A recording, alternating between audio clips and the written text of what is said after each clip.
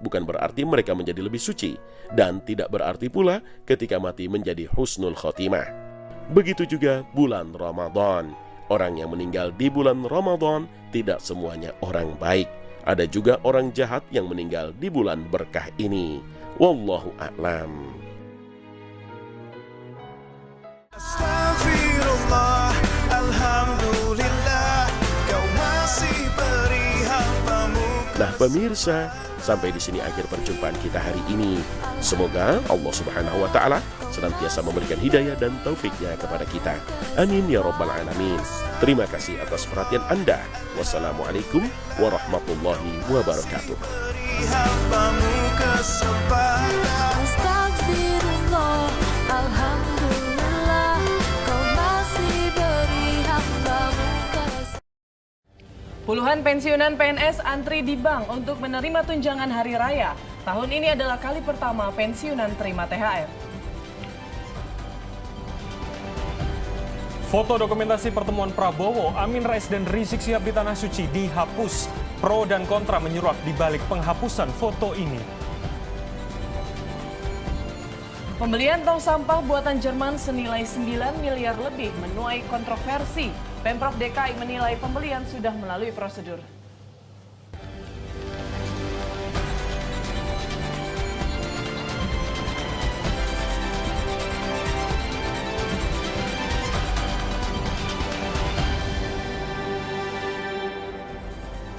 Halo, selamat pagi Putri. Selamat pagi, Bram. Wah, bagaimana nih 9 hari menuju Lebaran Putri ya? Waduh, pasti semangat menantikan THR ya, Wah, Bram. iya, ya. benar sekali. Nah, kita punya informasi apa hari ini, Bram? Ya, salah satunya adalah menjelang 9 hari Lebaran ini ada salah satu yang tercoreng ini Put.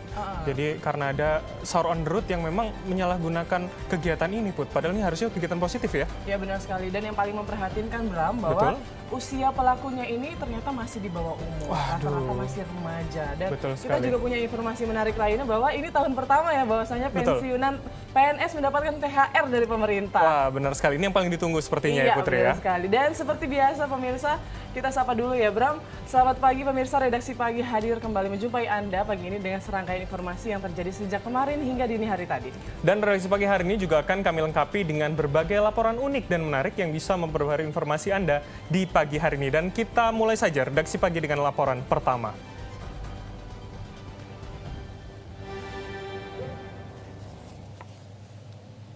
Ya pemirsa, Komisi Pemberantasan Korupsi KPK melakukan operasi tangkap tangan terhadap Bupati Purbalingga Senin kemarin.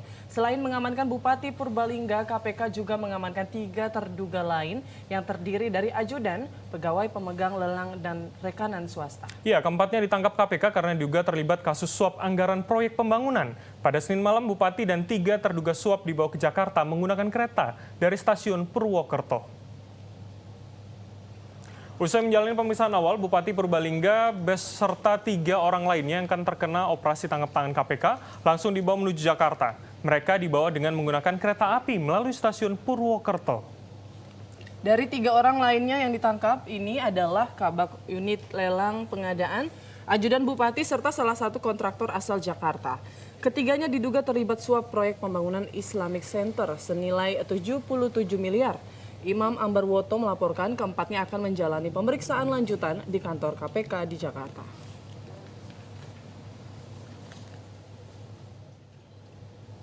Ya pemirsa, 5 pelaku penyiraman air keras saat sahur on the road di Kampung Melayu, Jakarta Timur dibekuk polisi. Ironinya kelima pelaku adalah pelajar sekolah menengah kejuruan. Salah seorang pelaku mengaku aksi penyiramannya merupakan perintah dari seniornya.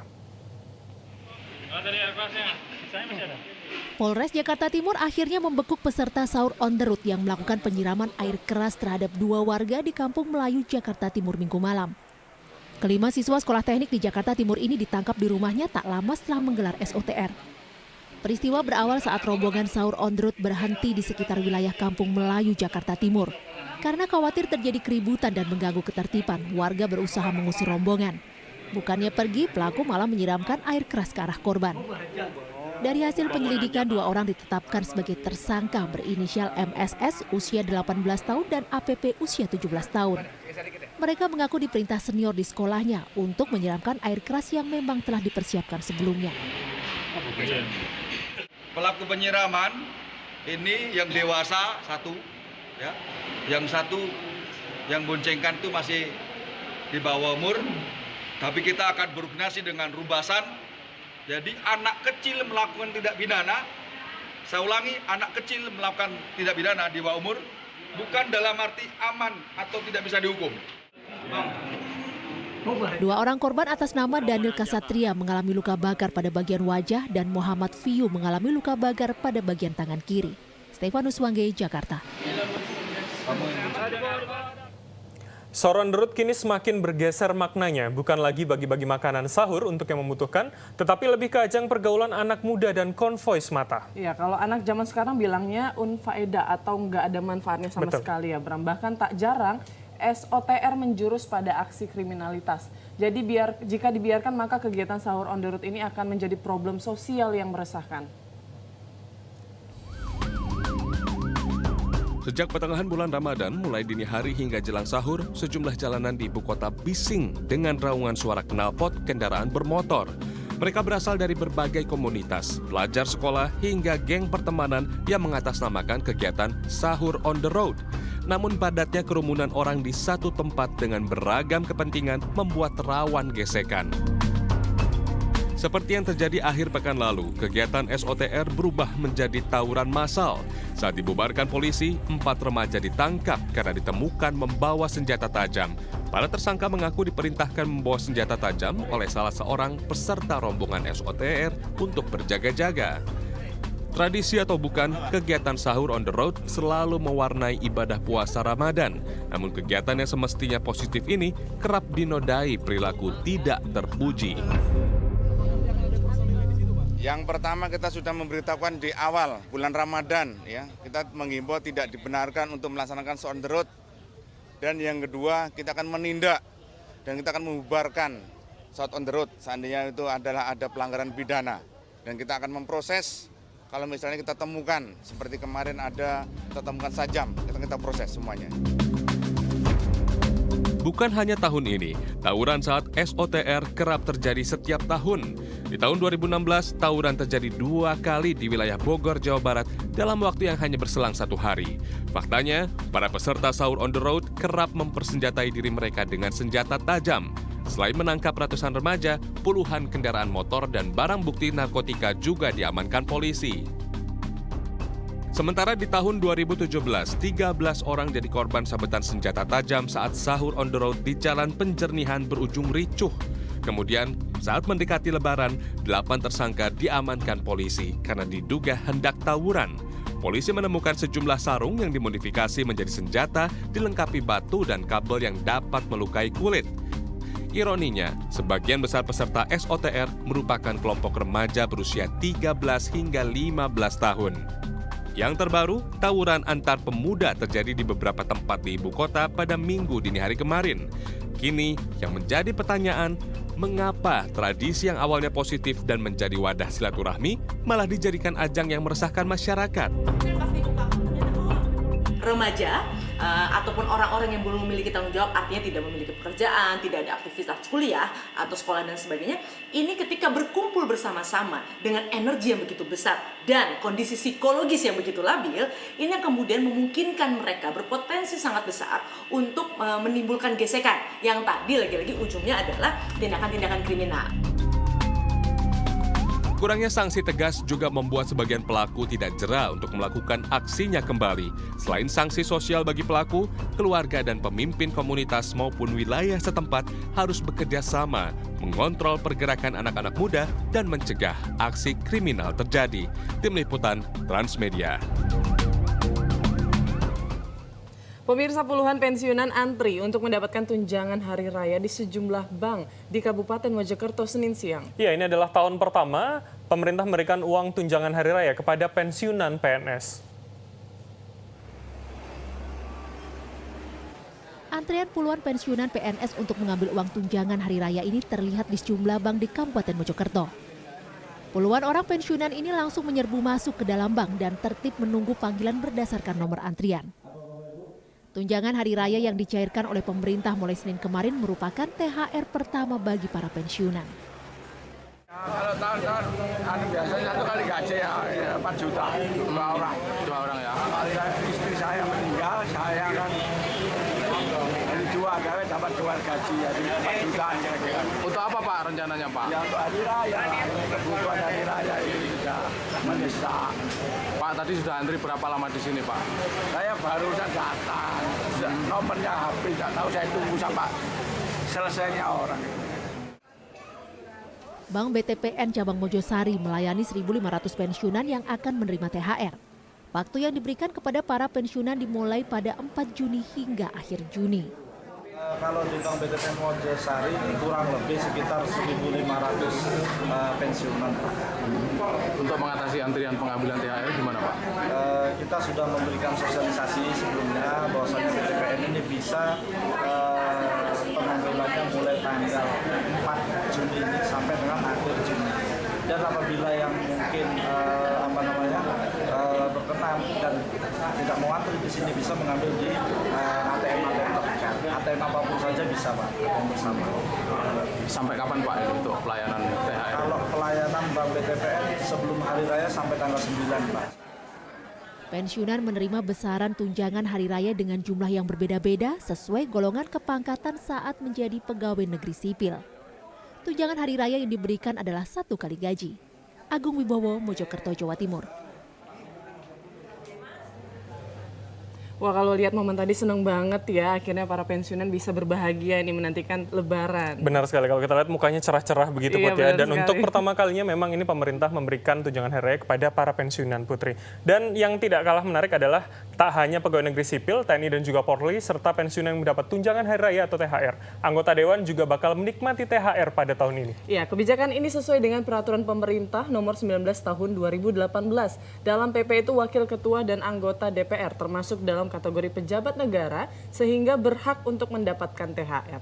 Tak hanya itu, pimpinan MPR dan DPD juga ikut menerima jatah THR. Untuk lebih jelasnya berikut rincian THR anggota DPR, MPR, dan DPD.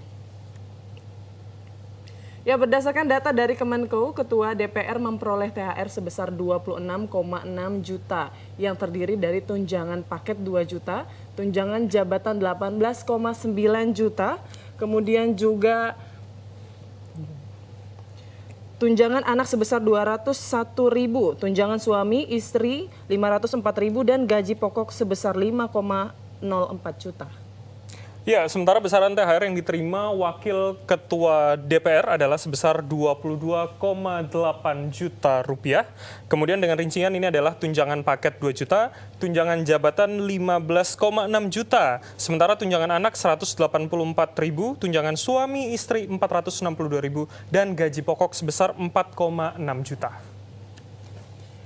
Ya, adapun besaran THR Lebaran yang diterima anggota DPR yakni sebesar 16,48 juta, rinciannya tunjangan paket 2 juta, tunjangan jabatan 9,7 juta, tunjangan anak 168.000, tunjangan istri, suami 420.000 dan gaji pokok sebesar 4,2 juta.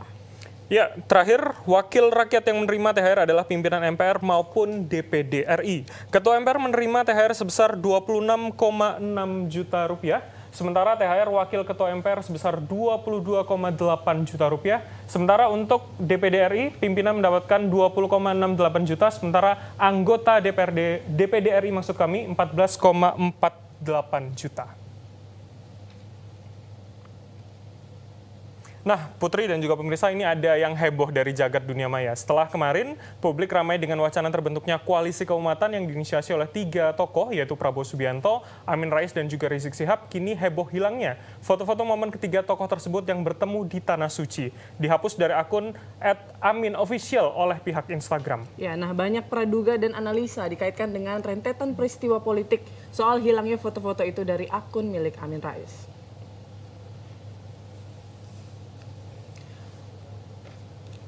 Foto-foto yang hilang dari akun @aminraisofficial merupakan dokumentasi dari pertemuan Ketua Dewan Kehormatan Partai Amanat Nasional, Amin Rais, Ketua Umum Partai Gerindra, Prabowo Subianto, dan pimpinan Front Pembela Islam, Rizik Syihab.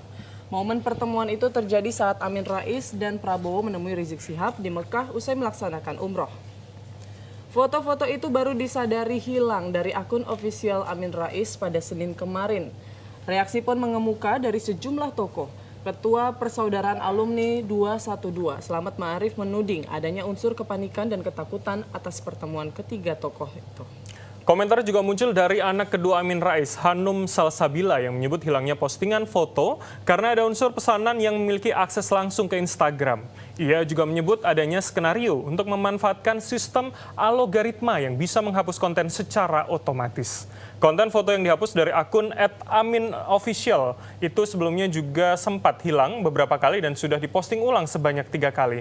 Konten foto-foto pun mendapat respon positif dengan 500 komentar dan like yang tinggi. Nah, soal penghapusan konten foto dalam akun Amin Rais Official ini terkait dengan munculnya wacana koalisi keumatan. Iya, benar sekali Putih. Tetapi keberadaan Ketua Dewan Kehormatan Partai Amanat Nasional belum otomatis menjadikan partai berlambang matahari itu dapat bersama dengan gerbong koalisi keumatan. Lalu apa kata para tokoh dan partai politik yang berada di belakang petahana Presiden Joko Widodo? Pemirsa, berikut laporannya. Kemunculan koalisi keumatan memang belum sepenuhnya konkret. Memang, 3 tokoh sentral sudah satu paham untuk membentuk koalisi bersama, tetapi suara-suara di belakangnya belum senada. Partai Amanat Nasional misalnya, keberadaan Ketua Dewan Kehormatan Amin Rais dalam komposisi 3 tokoh yang bersepakat di Tanah Suci tidak juga menjamin suara Partai Amanat Nasional bulat mengusung koalisi. Ya, itu merupakan aspirasi yang kuat yang akan menjadi bahan pertimbangan dalam Rakernas. Keputusan PAN nanti akan menunggu rapat kerja nasional tahun 2018. Itu adalah merupakan keputusan resmi dari Partai Amanat Nasional. Jadi pertemuan kemarin itu merupakan bagian dari aspirasi kuat yang akan kita bawa di rapat kerja nasional.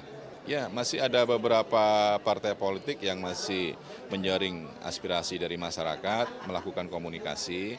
Nanti kita akan bisa mengetahui dengan proses politik seperti saat ini adalah menuju dalam proses pembentukan koalisi. Ya, ini sedang dalam proses pembentukan koalisi. Wacana koalisi keumatan yang digagas ketiga tokoh itu menginginkan 4 partai politik oposisi masuk dalam komposisi koalisi. Selain Partai Gerindra, 2 partai politik lainnya belum menentukan sikap untuk mau bergabung bersama dalam koalisi. Sedangkan Partai Bulan Bintang condong akan masuk dalam gerbong koalisi. Partai Amanat Nasional jelas belum satu suara, sedangkan Partai Keadilan Sejahtera yang sudah lama menjadi mitra Gerindra dalam perhelatan pilkada masih menyimpan syarat kursi calon wakil presiden yang belum diamini Gerindra. Dalam momentum milad ke-20 Partai Keadilan Sejahtera pada pertengahan bulan lalu, PKS jelas sekali menginginkan ada calon presiden ataupun calon wakil presiden dari kadernya dalam pemilu presiden 2019 mendatang. Yang diharapkan tentu PKS di 2019 mencapai target 12% dan ada kadernya menjadi capres atau cawapres karena insya Allah PKS siap untuk memikul beban sejarah. Sedangkan dari koalisi partai politik pendukung petahana Presiden Joko Widodo, koalisi keumatan dianggap kurang tepat.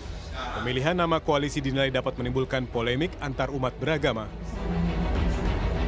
Saya pribadi maupun kader golongan karya, orang sebenarnya sedikit mengoreksi kata ungkapan koalisi umat. Kita umat manusia ini harus diperlakukan sama. Jangan ada perbedaan umat-umatan lagi di sini. Memang kita ada di sini bergabungan antara Muslim, ada Kristiani, ada Buddha, kita tidak boleh kepolemikan itu di sini. Tetapi bahwa kalau dia berpikir untuk kepentingan negara mereka berkumpul itu silahkan. Tetapi kalau mengumpul dengan mengatakan bahwa umat, lalu yang lain bukan umat gitu. Itu kan pertanyaan yang harus kita koreksi. Berbeda dengan Partai Demokrasi Indonesia Perjuangan, PDIP justru berharap apabila koalisi keumatan ini nyata adanya akan membawa kesejukan dan menjauhi sikap intoleransi. Kita percaya bahwa 80-90% umat Islam di Indonesia itu adalah penyangga bela demokrasi. Maka tidak perlu harus ragu. Indonesia ini akan tegak dan makmur adalah karena kontribusi besar para ulama dan seluruh umat Islam yang hidup di dalam wilayah negara kesatuan. Baik. Maka koalisi keumatan ini keumatan yang rahmatan alamin lah ya. Tidak yang marah-marah dan teriak-teriak mencaci maki dengan berbagai kegiatan intoleransi dan itu sangat berbahaya. Jalan panjang menuju koalisi keumatan sepertinya harus ditempuh dulu sebelum kesepakatan bersama masuk dalam koalisi menjadi konkret. Partai Amanat Nasional masih harus menuntaskan diskusi internal soal akankah mengusung nama capres dari internal partainya. Begitupun PKS yang belum mau bernego soal syarat capres atau cawapres dari 9 nama kader terbaik mereka. Jikalau kedua partai itu tidak menemukan alasan untuk benar-benar bergabung dalam koalisi keumatan, artinya pertemuan 3 tokoh di Tanah Suci belum mengurai persoalan mendasar dalam internal partai politik yang memilih berada di seberang petahana Joko Widodo. Jika ini benar, bisa jadi koalisi keumatan hanya sebatas dugaan dan wacana semata saja. Tim Liputan, Transmedia. Kita ke informasi lain seputar mudik. Pemirsa, lonjakan volume kendaraan di ruas tol Jakarta Cikampek diprediksi akan meningkat tajam menjelang masa arus mudik Lebaran. Ya, guna meminimalisir kemacetan parah, seluruh proyek infrastruktur di ruas tol Jakarta Cikampek dihentikan sementara. Proyek pembangunan yang dihentikan diantaranya adalah proyek pengerjaan kereta cepat Light Rail Transit atau LRT dan proyek tol layang Jakarta Cikampek Elevated 2 yang membentang dari kilometer 11 Kota Bekasi hingga tol Karawang Barat, serta penghentian pengerjaan tol Cibitung Cilincing. Hal ini guna menghindari kemacetan kendaraan yang melintas di ruas tol. Erik Kustara melaporkan penghentian dilakukan selama 20 hari mulai H-10 menjelang Lebaran hingga H+10 Lebaran. Selain menghentikan seluruh proyek pembangunan infrastruktur di ruas tol, pihak Jasa Marga juga melarang kendaraan berat berupa truk untuk melintas di jalan bebas hambatan selama beberapa hari mendatang, mulai H-8 mendekati puncak arus mudik berlangsung. Nah, Putri dan juga pemirsa, jika kemarin kita sudah memberikan laporan langsung tentang kesiapan mudik di Terminal Pulau Gadung atau Pulau Gebang, sekarang kita akan memberikan laporan langsung kesiapan mudik dari Stasiun Pasar Senen, Jakarta Pusat. Ya, dan untuk mengetahui bagaimana kesiapan jelang mudik Lebaran di Stasiun Pasar Senen, kami sudah tersambung dengan Sheila Siregar dan juru kamera Rimbu Ramdhani yang akan melaporkan langsung. Selamat pagi, Sheila. Bagaimana kesiapan mudik di Stasiun Pasar Senen? Jelang Hari Raya Idul Fitri, situasi arus mudik di Stasiun Pasar Senen ini sudah mulai terasa, bahkan mengalami peningkatan jika dibandingkan dengan hari-hari sebelumnya. Seperti yang bisa Anda lihat di belakang saya, memang suasana sudah cukup ramai, bahkan sejak pagi tadi telah terjadi antrian dari penumpang yang hendak mudik ke arah Jawa Tengah ataupun Jawa Timur. Dan berdasar informasi yang kami dapatkan bahwa penjualan tiket reguler dan juga tiket tambahan dari H-90 dan H-60 ini sudah ludes atau habis terjual. PT KAI memperkirakan bahwa lonjakan arus mudik ini akan terus terjadi di 10 hari jelang dan 10 hari setelah Hari Raya Idul Fitri. Namun puncak arus mudik ini diperkirakan akan terjadi pada tanggal 14 Juni 2018. Dan untuk itu antisipasi dari PT KAI adalah mempersiapkan armada, yaitu 25 kereta reguler dan juga ada 7 kereta api tambahan yang akan mulai beroperasi dari tanggal 5 sampai dengan 25 Juni 2018. Ya, Putri. Selain tadi Anda sebutkan ada 25 gerbong kereta dan 7 yang di standby-kan begitu, kira-kira apa lagi selain itu yang disiapkan oleh pihak Stasiun Pasar Senen, Sheila? Ya, baik. Selain mempersiapkan armada, memang PT KAI ini juga mempersiapkan fasilitas lainnya seperti posko pengaduan pelayanan masyarakat, kemudian ada posko keamanan juga yang nantinya ada 1.200 orang personel yang akan ada mulai dari level internal security, kemudian TNI, Polri, dan juga BRIMOB yang bertugas mengamankan sejumlah titik di Stasiun Pasar Senen, dan ini terhitung mulai tanggal 5 sampai dengan 25 Juni 2018. Selain itu, PT KAI juga mempersiapkan berbagai fasilitas penunjang bagi para pemudik, seperti nanti akan ada toilet gratis, kemudian ada ruang tunggu tambahan, ruang ibu menyusui, ruang kesehatan, dan lainnya. Dan ini diharap dapat memperlancar ataupun memberikan rasa aman dan nyaman bagi para pemudik yang hendak pergi dari stasiun kereta api Pasar Senen begitu. Dan bagi Anda pemirsa yang sudah membeli tiket, diharapkan Anda untuk mempersiapkan diri Anda sebaik mungkin dan juga Anda sebaiknya datang 1 jam sebelum keberangkatan agar tidak terjadi penumpukan dan Anda bisa mudik dengan aman dan juga lancar. Demikian, kembali ke studio. Ya, terima kasih atas laporannya Sheila Siregar dan Rimbu Ramdhani. Selamat bertugas kembali. Ya pemirsa, setelah jeda iklan berikut, beragam informasi khusus akan kami sajikan untuk Anda di wilayah Jawa Barat dan Jawa Timur. Dan bagi Anda di wilayah lainnya, pembelian tong sampah oleh Pemprov DKI Jakarta senilai 9 miliar lebih menuai kontroversi. Saat lagi tetaplah di Redaksi Pagi.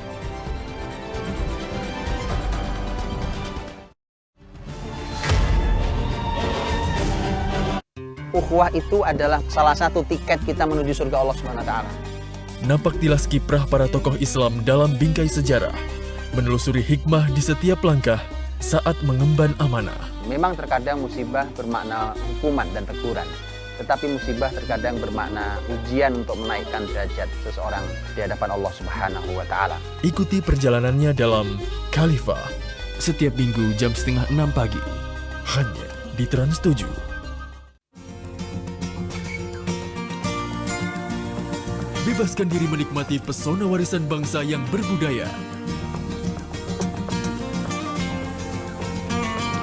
Singkap kekhasan tradisi dan kulturnya yang bersahaja.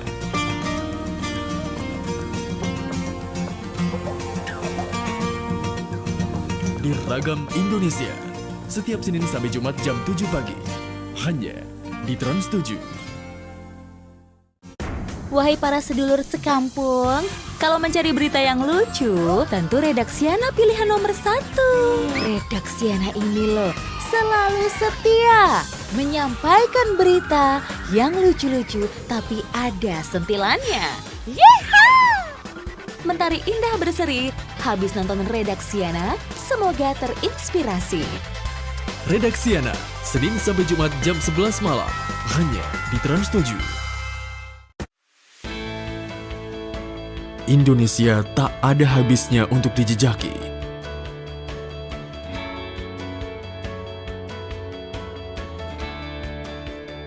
Menapaki tapal batas negeri.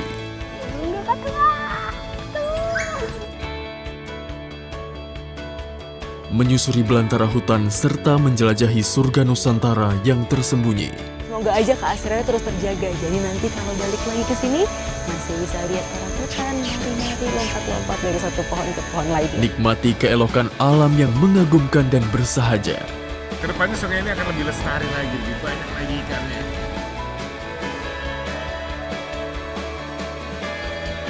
Hingga menyambangi pelosok terpencil bumi pertiwi.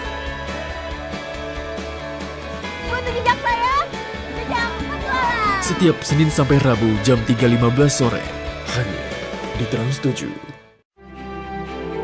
Menyingkap potret ironi setiap sisi kehidupan negeri tercinta. Tapi keadaanlah yang membuat mereka harus menjalani keadaan yang seperti ini. Melihat lebih dekat cerminan kesenjangan ekspektasi dan realita. Sudah 1 juta. Beli air 1 juta. Tapi ada harga lebih yang harus kami bayar. Memang tidak dengan uang, tapi dengan tenaga. Indonesiaku, setiap Senin dan Selasa jam 3.45 sore, hanya di Trans 7. Ini bukan soal menang kalah. Ini dilarang. Nggak merdeka ini maksudnya. Tapi siapa benar, siapa salah? Takut diusir. Jangan dipakai kata ngusir. Sadis 700.000, 1 juta. Rawan intervensi, juga manipulasi. Semua bisa berasumsi. Karena di tiap situasi, pasti penuh kontroversi. Kami pantai kosin. Setiap Senin jam 11:30 malam, hanya di Trans 7. Tidak peduli lokasinya. One cash, one tangkap. Tidak peduli hasil tangkapannya. Barabudi. Mancing mania. Hujan sama lele ini. Yang kami cari adalah petualangannya. Ampun.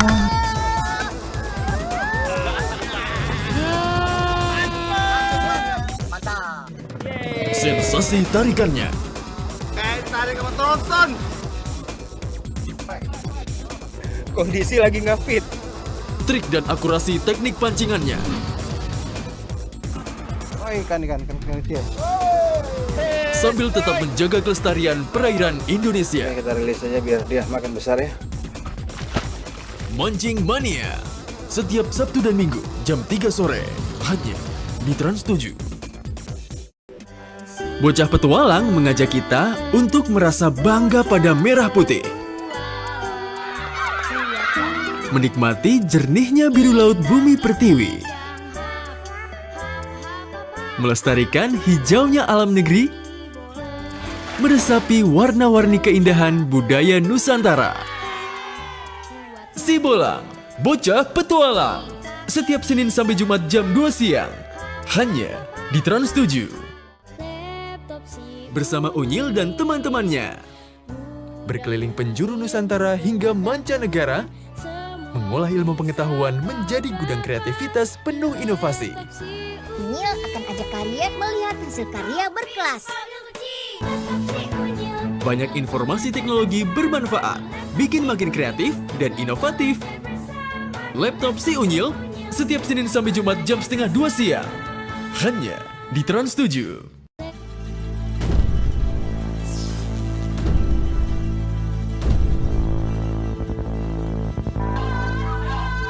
Di saat sebuah nyawa dihabisi, penyelidikan kami dimulai. Mencari fakta di tempat kejadian. Mencari kebenaran di antara kesaksian. File Reskrim, Kamis jam 11:30 malam, hanya di Trans 7. Ukhuwah itu.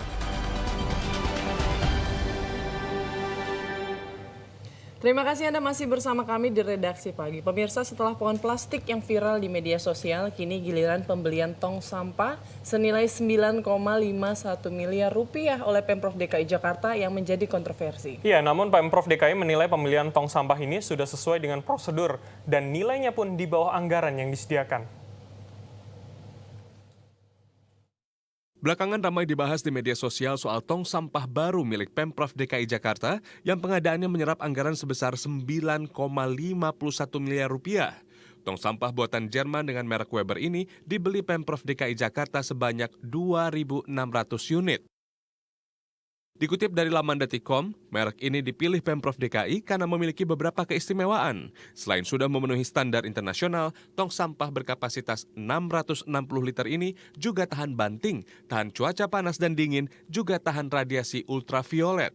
Kepala Bidang Prasarana dan Sarana Dinas Lingkungan Hidup DKI Jakarta, Hari Nugroho menegaskan, pembelian tong sampah ini telah melalui mekanisme yang berlaku melalui e-katalog.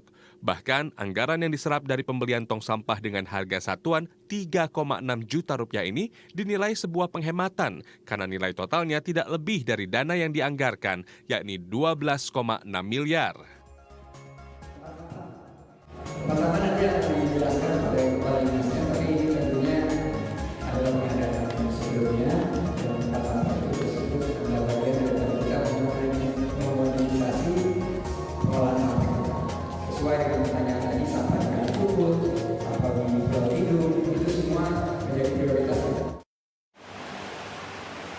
Sebelumnya selama 2 hari, 28 hingga 29 Mei 2018 lalu, trotoar di Jalan MH Tamrin dan Medan Merdeka Barat dihiasi lampu-lampu berwujud pohon plastik.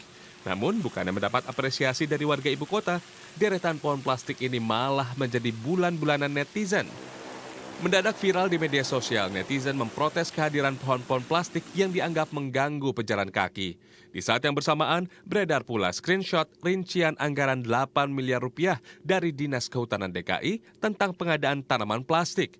Screenshot rincian anggaran yang beredar itu berasal dari situs LPSE dengan nama Lelang Pengadaan Tanaman dan Bahan Dekorasi. Sementara berdasarkan situs apbd.jakarta.go.id, terdapat anggaran bernama pengadaan lampu hias pencahayaan kota milik Sudin Perindustrian dan Energi Jakarta Pusat di APBD Pemerintah Provinsi DKI tahun 2018 senilai 2,2 miliar rupiah. Kedua versi anggaran ini pun dibantah Sandiaga. Setelah viral dan mendapat banyak protes, pohon imitasi plastik itu kini terlihat menghiasi kantor Gubernur DKI Jakarta dan kantor Dewan Perwakilan Rakyat Provinsi DKI Jakarta. Tim Liputan Transmedia. Nah Putri, ini Lebaran tinggal beberapa hari lagi ya, hitungan hari bahkan. Orang-orang sudah siap untuk mudik. Nah Putri kira-kira bisa mudik atau bakal mudik nanti kira-kira? Kalau saya mudiknya nanti, Bram. Kan kita nanti sama-sama akan mengabarkan arus mudik tahun ini. Oh iya, benar sekali Putri. Nah Putri, masih tentang arus mudik, ini ternyata arus mudik menjadi waktu untuk meraup rezeki yang tak terduga bagi warga di sepanjang pantai utara Jawa. Satu persatu warga mulai mendirikan warung-warung dadakan di sepanjang jalur Pantura. Dan berikut liputannya untuk Anda. Seperti inilah kesibukan baru yang dilakukan warga di jalur Pantura Cirebon, Jawa Barat. Jelang arus mudik Lebaran, mereka mulai sibuk membuat warung-warung dadakan. Warung yang mereka dirikan ini pun dibuat dengan sederhana, cukup dengan menggunakan bambu terpal sebagai atapnya. Beraneka dagangan nantinya akan mereka jajakan di sepanjang jalan untuk kebutuhan para pemudik yang melakukan perjalanan panjang melalui jalur Pantura. Selain itu, warung ini juga bisa dijadikan tempat istirahat sementara bagi para pemudik. Penjualan apa itu? Ya kopi, ya utama tempat istirahat untuk pemudik, alias artinya untuk membantu pemudik agar pemudik itu kalau kecapean silakan beristirahat sambil ngopi, dan istilahnya kalau misalnya lapar ya kita pun membuka dan bersedia itu kopi atau nasi.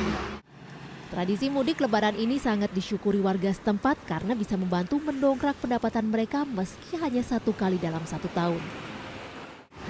Kan dari sekarang kan bikin, terus kan nanti bukanya 3 hari lagi, 4 hari lagi baru buka. Terus sampai Lebaran, sampai Lebaran. Seminggu? Oh, kurang kan ya? Apanya? Seminggu lebih apa seminggu kurang segitu 3 juta? Seminggu tuh, habis Lebaran beda sendiri dapatnya. Oh, beda lagi. Iya. Harus mudik 3 juta, harus baliknya beda lagi. Beda lagi. Jika usai arus mudik pasca Lebaran, biasanya warung-warung ini akan dipindahkan ke seberang jalan untuk dimanfaatkan arus balik.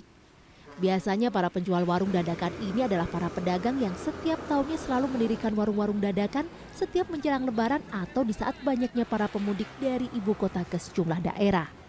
Jerry Komara, Cirebon, Jawa Barat.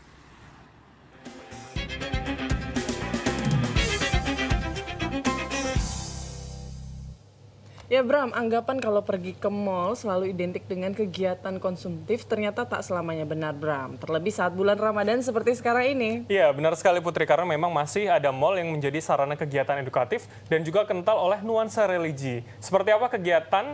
Seperti salah satunya adalah kegiatan pameran aneka jenis Al-Quran terunik hingga lomba hafiz cilik. Penasaran seperti apa? Kita simak laporannya selengkapnya.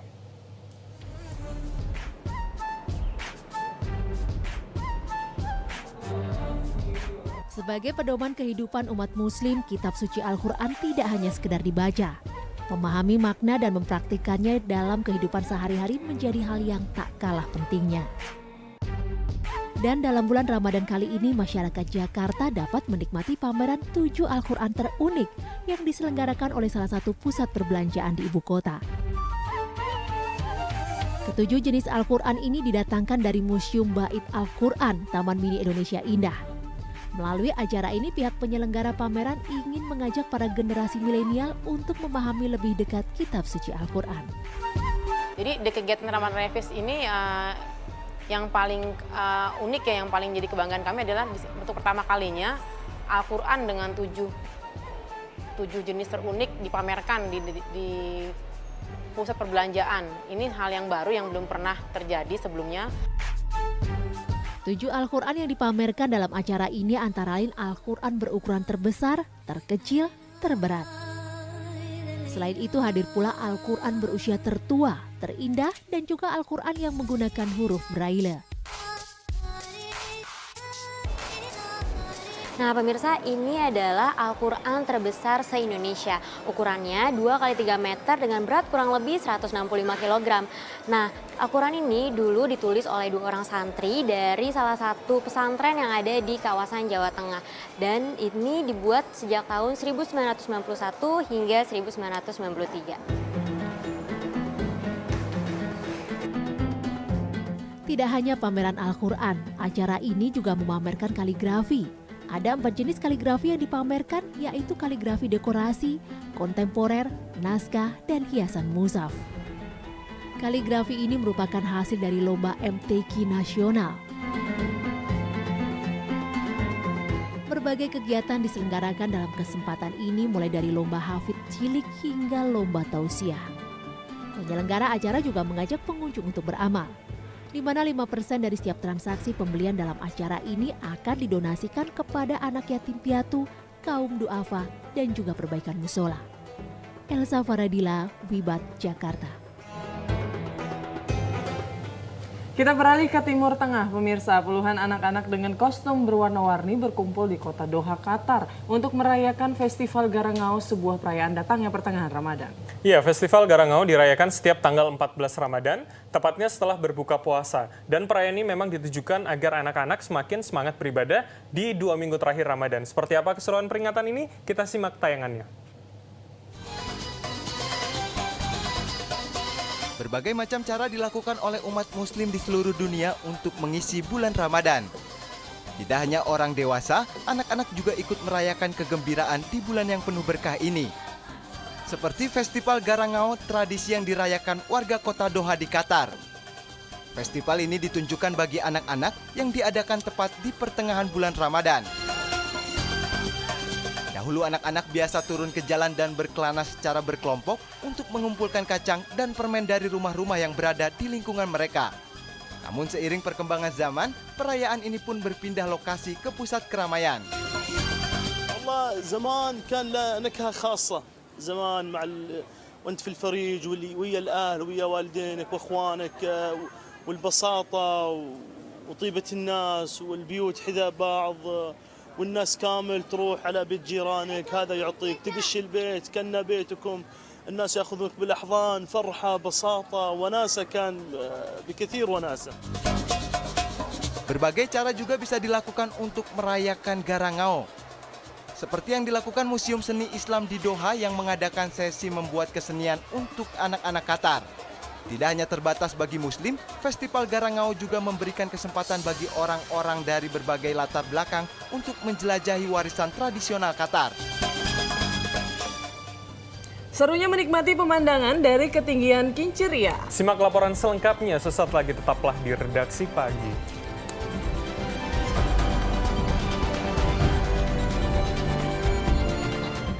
Aku mau kamu menjadi ibu Nadia dan pendamping Mas Pras. Pagi cantik, tapi siang kusut.